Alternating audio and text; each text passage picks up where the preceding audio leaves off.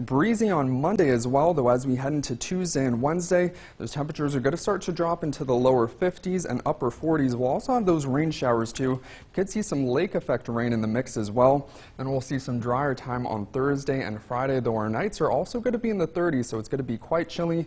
Make sure if you are going to be outside, you're getting that winter coat ready as well as the hats, the gloves, because it will get chilly as we get into the start of next week. Dan, I was outside at the football games, obviously, tonight, and it was a mix of, like, cold, sunny, cloudy, rainy at different times. I didn't know what to make of all of it, but I guess that's just what this time of year is. I know, sometimes Mother Nature just gets a little bit crazy sometimes. Well, hopefully not too bad for this coming weekend because we got a lot coming up, but tonight we're going to recap for you what happened Week 8. That's football. The sectional quarterfinals have now begun in Section 3, and we also had some soccer sectional championships. We'll recap that all next.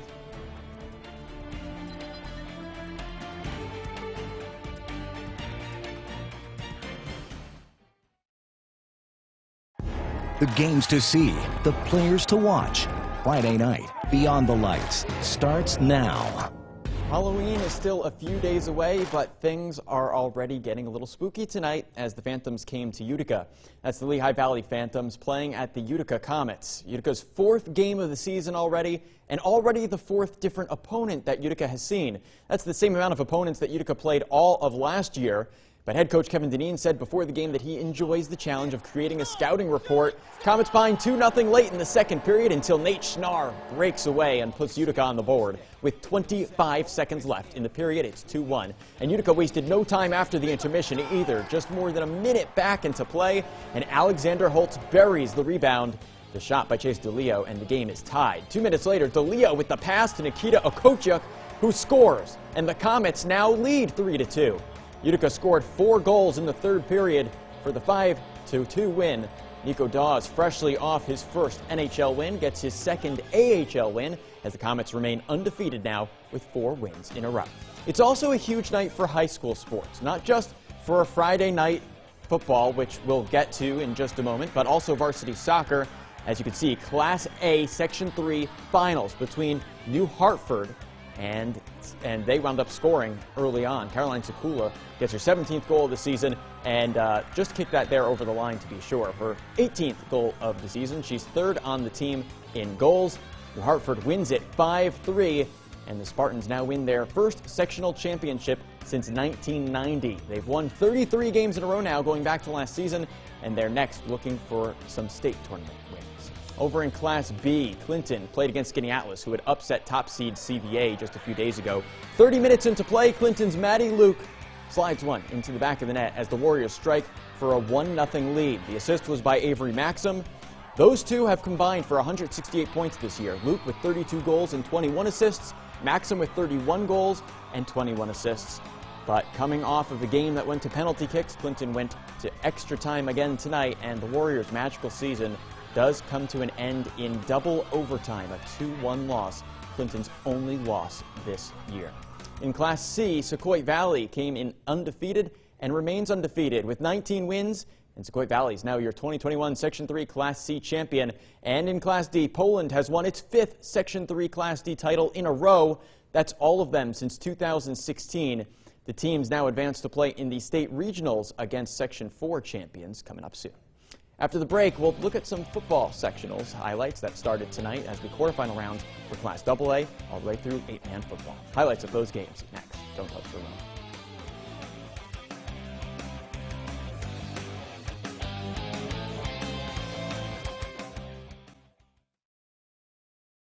This is Friday Night Beyond the Lights on WUTR. High school football teams played in their first playoff games in 2 years tonight as the sectional tournament began and resumed last time in 2019 that they had them. Tonight it was the quarterfinals for many of our local teams in Section 3. We'll start tonight with Proctor. The Raiders lost the Class AA sectional finals in 2019 but had advanced to the state tournament on a rotating bye. Then Proctor didn't play all of last season because of COVID. Playing Liverpool tonight, that was an interception off of quarterback Brandon Peterson, and it was all Liverpool momentum from there. Proctor falls 39-22, and the Raiders' season comes to an end. In Class A, Whitesboro, historically dominant. They had won 3 sectional titles in 4 years not too long ago. 3 seed tonight against Christian Brothers Academy. It's 12-0 Brothers in quarter 3. And running back Deshaun Hutchinson pounds the turf, grinds all the way to the goal line, but the officials say it's just short. Sets up the next play. Quarterback Kyle Meyer runs through the end zone and keeps on going, too. The Warriors get on the board, but CBA blocks a punt a little bit later and returns it for a touchdown, and that puts the comeback out of reach. Whitesboro falls 20-12, eliminated in the quarterfinals now 2 years in a row. The Section 3 Class B bracket runs through New Hartford this season as the undefeated Spartans have the top seed. They're also ranked 6th in the state for Class B. A lot of that has to do with this guy, junior running back Alex Culver, on his horse all the way, avoids tackle after tackle, game after game, for touchdown after touchdown. This 41-yarder is already his second of the night to make it 15-0 New Hartford. He got in the end zone 3 times this evening, including an 86-yard kick return in the third. He rushed for 110 yards tonight to push his season total over 1,400 total yards. And Tommy Vitagliano had 82-yard interception return for New Hartford tonight, so another big play. And New Hartford wins 54-0. Will host the Class B semifinals next Friday against Syracuse Institute of Technology. CVA had the challenge of playing at the number 2 Class B team in the state tonight, also the number 2 team in the bracket. Late second quarter, the Thunder on top 13-8, facing a 4th down, and the Trojans get the first down. Less than 2 minutes to play until halftime, and Homer Sam Sorensen powers his way inside the 10-yard line, setting up a 1st and goal. Then a few plays later, Sorensen caps off the drive, slams in from a few yards out. CVA did not score the rest of the way, so lightning did not strike tonight as the Thunder fall 30-13. They missed 3 field goals and also had a touchdown called back during the game. A little unfortunate. Also in Class B, 3-seed Vern Vrona-Sherrill tops Marcellus by 25. Junior James Wheeler ran for 3 touchdowns tonight. The Red Devils advanced to the semifinals to play Homer. Coming up after the break, we have more high school football highlights for our smaller schools in Class C and Class D, but they're state ranked. You'll want to see this. Stay tuned.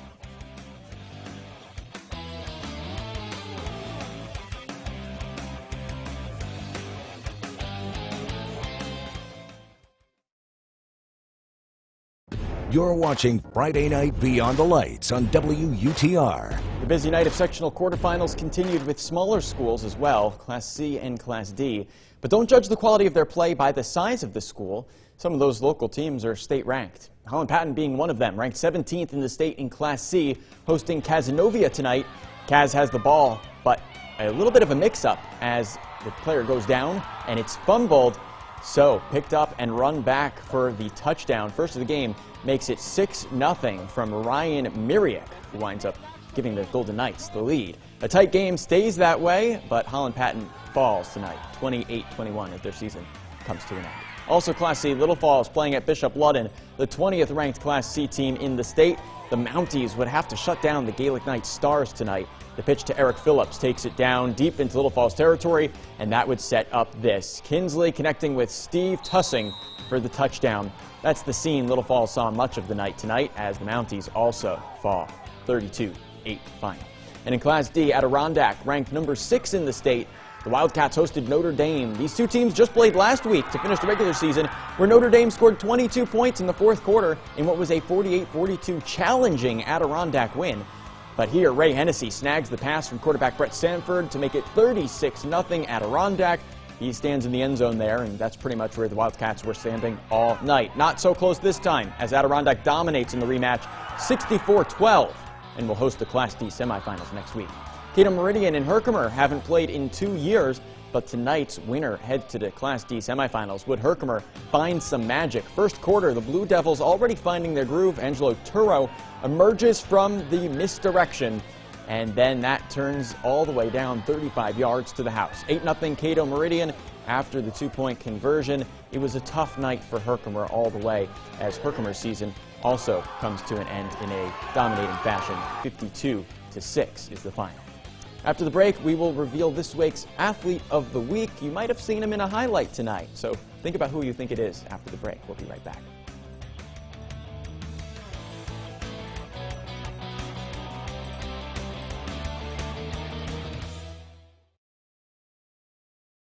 This is Friday Night Beyond the Lights on WUTR.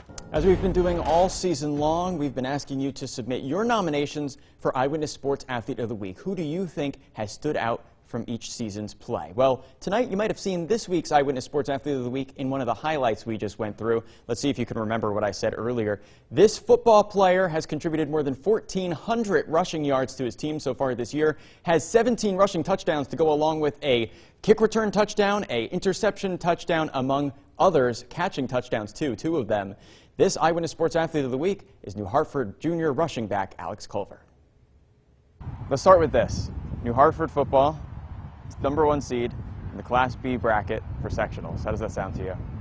Perfect. It's amazing. How does it sound that you guys went undefeated 7-0 this regular season? It's pretty incredible. Put a lot of work. Deserve it, I think. 7-0. I know 2 years ago the team fell 1 game short. What is it like to be on a team that's just had that kind of success this year? It's amazing. We know we could win. We're winning. We're doing everything right. We have great coaching, great work ethic.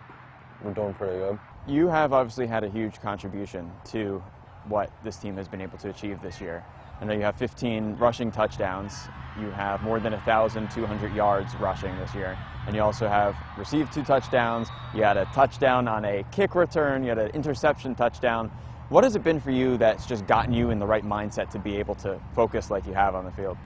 My teammates, how we practice, how we prepare for games, my linemen, everyone on the team, how they contribute to the team, the environment. What is the atmosphere like when you're playing in those games? Everyone's pumped up, everyone's screaming, everyone wants to drive down the field, score, everyone's making plays, stepping up, being big. What drives you to put in that full effort? My teammates, 100% my teammates. Seeing them work, I want to be right up with them, 100% all the time, nothing shorter than 100. So when you obviously have that kind of relationship with your teammates, that they're driving you and you're able to perform for them and you know, not the only person on the team with success, but one of the main ones that's carried the team to where it's gone now. What does that mean to you to be able to support them like that? It feels great because I know they're supporting me the same way. The linemen block for me. They open the holes, I run, and quarterback throws the ball, hands the ball off. Center, big job. Lineman, big job. Wide receiver, all the footwork they have, everything they put in for the team. It's 11, man. It's 11. Obviously, you've been a standout athlete this regular season. Has it been a surprise to you at all that you've had this kind of performance? Yeah, it's been a surprise. I didn't know how I'd be coming in this season, but all the work and teammates, everyone pushing each other, and we deserve where we are. Culver and New Hartford football are now advancing to the semifinals. You'll catch them at New Hartford next week. Remember, you can nominate an Athlete of the Week at cmihomepage.com under the Contacts tab. Dan, a few seconds left here, but what is the final look at what people should expect when they're going trick-or-treating this weekend? Well, we will have some scattered showers, especially the risk to see some flooding as we head into tomorrow, because we do have some scattered rain showers, especially as we head throughout tonight into tomorrow. So unfortunately, rain's going to be sticking around this weekend. All right, you're dressing up as a sports director, and I'm dressing up as a meteorologist on Sunday. Yeah, right? we can. All right, well, we'll figure that out later this weekend. Until then, everyone, have a safe one, and stay friendly, and have a great weekend.